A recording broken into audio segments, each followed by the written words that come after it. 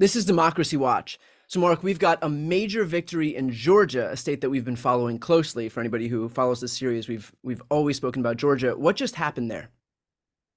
A big victory in the state of Georgia for democracy, for voters, for voting rights, and for the Voting Rights Act.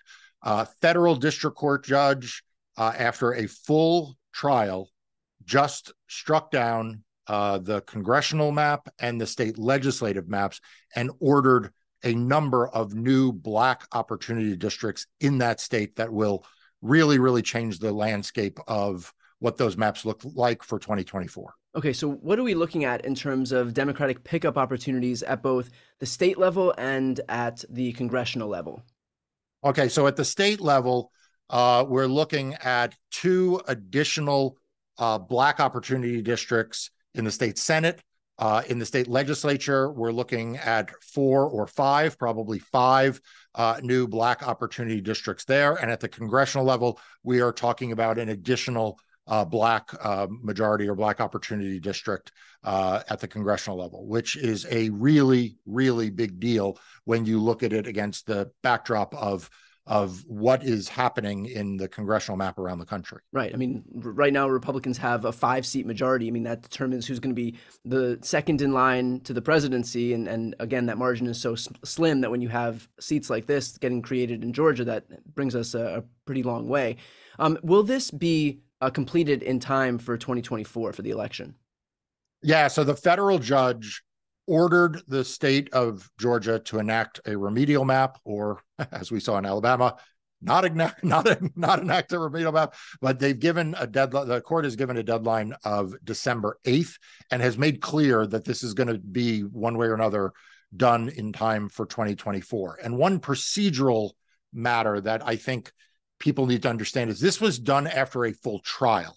So there's no more shenanigans about, like we've seen in Alabama and Louisiana, where the court's like, oh, but this was this kind of hearing and we need another hearing. This was it. This is a final order of the court. Okay, and well, to that point, like when we are told that there's going to be a new map in place for 2024, is that a guarantee? And I ask because, to the exact point you alluded to, if Alabama showed us anything, it's that Republicans basically won't take no for an answer. They'll try to delay as much as humanly possible. Yeah, so there's no injunction. There's no preliminary relief in this case. There's no preliminary injunction. This is a final order. So the court opinion ends essentially by saying this case is closed, to put it in plain English. Like, this is what has to happen. And so the state of Georgia has basically two options. It can comply with the court's order, at which point, it will draw a map and that will be gauged to see whether it meets the order. It can ignore or disregard the court's order, at which point, like in Alabama, we will see the court almost certainly draw its own remedial map, and that will happen very quickly. And then I guess the third possibility is it can appeal. It can appeal this decision to the 11th Circuit, but there really aren't any grounds for it to appeal to the 11th Circuit because this case is really on all fours with the Alabama case that went to the U.S. Supreme Court.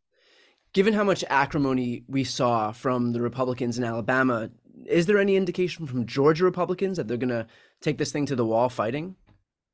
So we haven't heard yet. We don't know, but I do want to say that for everyone listening out there, the state of Alabama stood with its arms crossed in front of the schoolhouse door, like George Wallace, saying we're not going to comply with a federal court order. We have heard a lot of rhetoric in the last couple of years about Brad Raffensperger being a different kind of Republican. Brad Raffensperger is the lead defendant in these cases. So is Brad Raffensperger going to appeal this case? Is Brad Raffensperger going to fight this case? Is he going to defy the court's order? Or is he and Chris Carr, the attorney general, and the other defendant, he's not the only defendant in fairness to him, but are these Republicans in Georgia going to, in fact, live up to Brian Kemp, this idea that they are somehow not MAGA Republicans? This is the moment for them to show their color. So I don't know. Okay. We have been following cases in Alabama, Louisiana, and Georgia. Those have been booked together as the 3 Section 2 of the Voting Rights Act cases. Does this round out those Voting Rights Act cases that we've had our eye on now?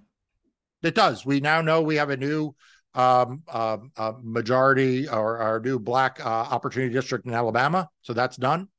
Louisiana continues in the death throes of coming to terms with the reality. The trial court there has been pretty clear, but they're still engaged in various procedural mechanisms that we've talked about before. And I always said Georgia was going to probably come before Louisiana because of the way in which this case was postured, which is that the judge here, rather than wanting to do a hearing and issue a preliminary order, said, let's just do the whole thing. Let's just have a trial. Everyone come in with all your witnesses, all your evidence, opening statements, closing statements, all of it. And so Georgia is in some ways ahead of Louisiana. They're all going to be in time for 2024, but but that really rounds out the trio, and the door is really pretty well shut on Republicans in Georgia now. Okay, to that point, does this decision or this block of Section 2 of the Voting Rights Act decisions, will it be able to inform any other perhaps impending lawsuits around the country that could also be brought forward on Section 2 of the Voting Rights Act grounds? Look, I'm proud that my law firm represented plaintiffs in Alabama, Georgia, and Louisiana. And this has been a remarkable good year, and it's rare to say that, for the Voting Rights Act. Between the U.S. Supreme Court's decision in Allen v. Milligan and then these cases, the Voting Rights Act has really gained, I think people have gained a lot of confidence that the Voting Rights Act remains a very effective tool in these redistricting cases. That doesn't mean it doesn't need to be fixed by Congress, because there were significant parts of it gutted. But Section 2 is really, protecting Black voters as it was intended. And so I think you're going to see other states that are looked at for Section 2 claims. I don't think we've seen the last of it. Now, the most obvious one is Texas, where there was a Section 2 case brought by my law firm and others that is moving much slower through the process, but could yield, 4 or 5 seats. I mean, it's a bigger 4 or 5 congressional seats.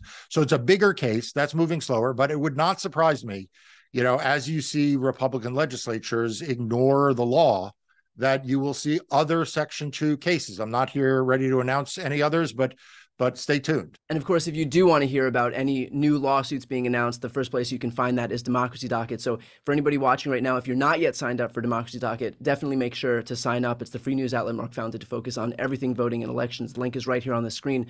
Marc, let's finish off with this. And we've spoken about this before, but I think it's worth reiterating here. I did allude to the fact just a few minutes back that right now Republicans are currently in the House majority with a 5-seat majority based on what we now see in lawsuit after lawsuit after lawsuit, in decision after decision, are unconstitutional or illegal maps. Can you speak on the fact that Republicans currently hold power in the government based on these illegal maps?